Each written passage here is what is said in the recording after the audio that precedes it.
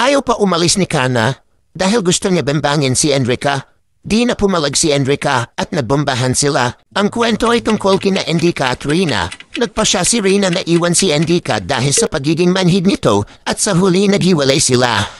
Kinagabihan, habang nagpapahinga si Enrica, biglang namatay ang ilaw at kusang nagbukas ang TV. Nagulat siya nang biglang nalaglag ang isang bote sa mesa at isang babaeng nakasuot ng puting damit. Sa unay takot na takot si Enrica, ngunit na magbukas ang ilaw at makita niya maganda ang babae.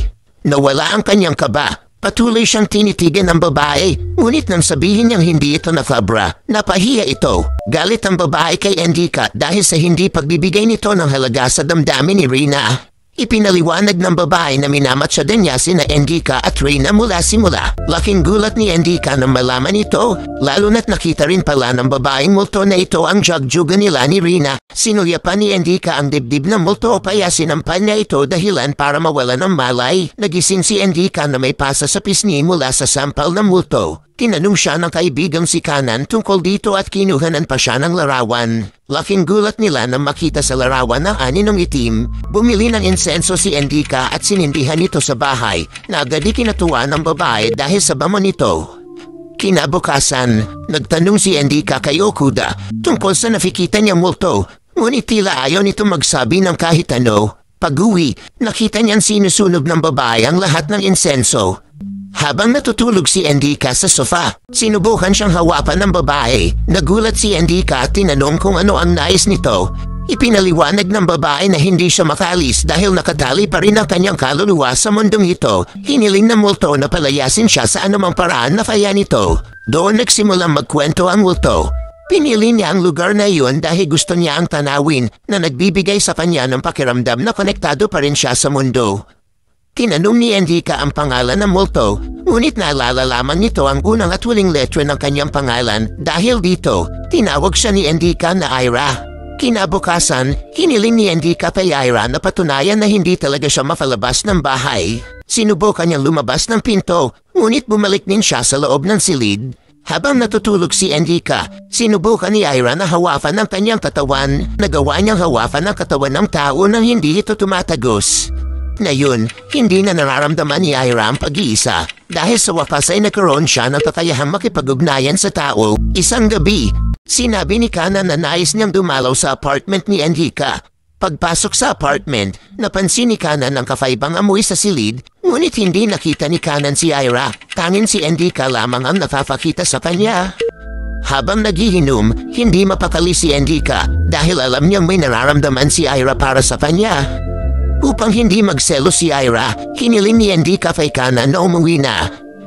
Ayaw pa umalis ni Kana dahil gusto niya bembangin si Enrica. Di na pumalag si Enrica at nabombahan sila. Pero napahinto sila dahil biglang namatay ang ilaw. Inapanood pala sila ni Ira at nagsiselos ito. Ipinaliwanag ni Enrica na wala siyang nararamdaman para kay Kanan dahil isa lamang itong kasamahan sa trabaho. Biglang niyaya ni Ira si Enrica na magbembangan. Gusto niya maranasan kung paano magmahal at magpabembang sa kanya dahil hindi niya pa ito nararanasan sa buhay niya.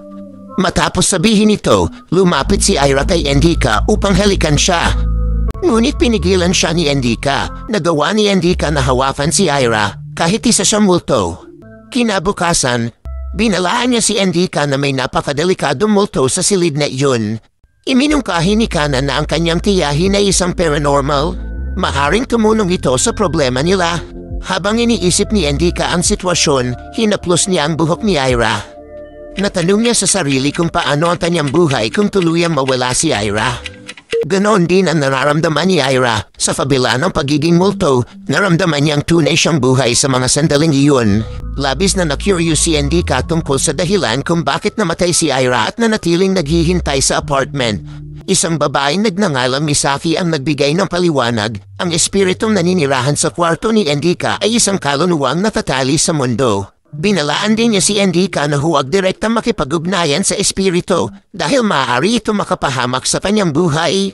Ngunit tumanggi si Enrica na paalisin si Ira mula sa kanyang kwarto sapagkat nais niyang alamin ang totoong dahilan ng pagkamatay nito.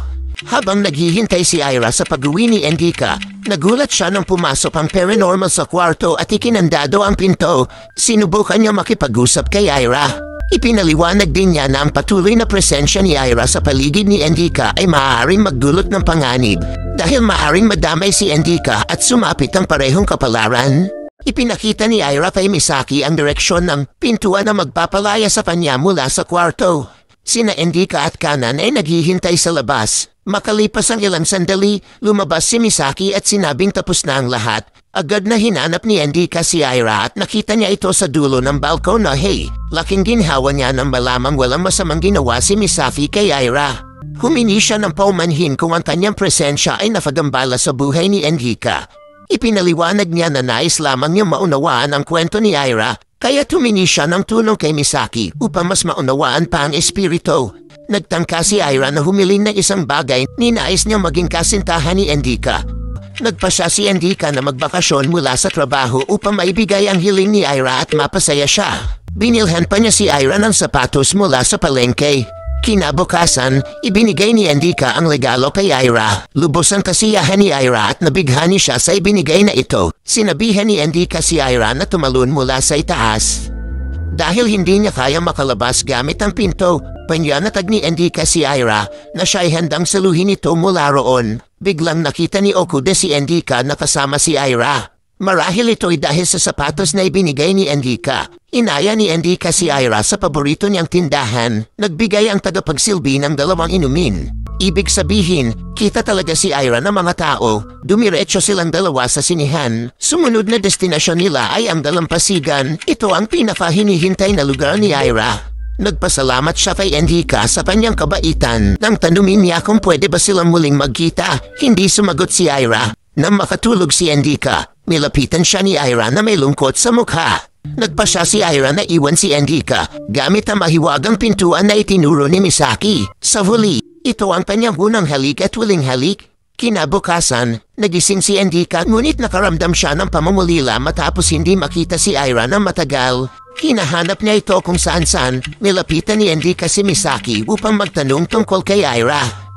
Ipinaliwanag ni Misaki ang pag-alis ni Ira ay sariling pasya niya, hindi dahil sa kagustuhan ni Misaki. Binigyan lang niya ito ng impormasyon ukol sa pintuan at sa mga panganib nito. Lubos na nalungkot si Enrica.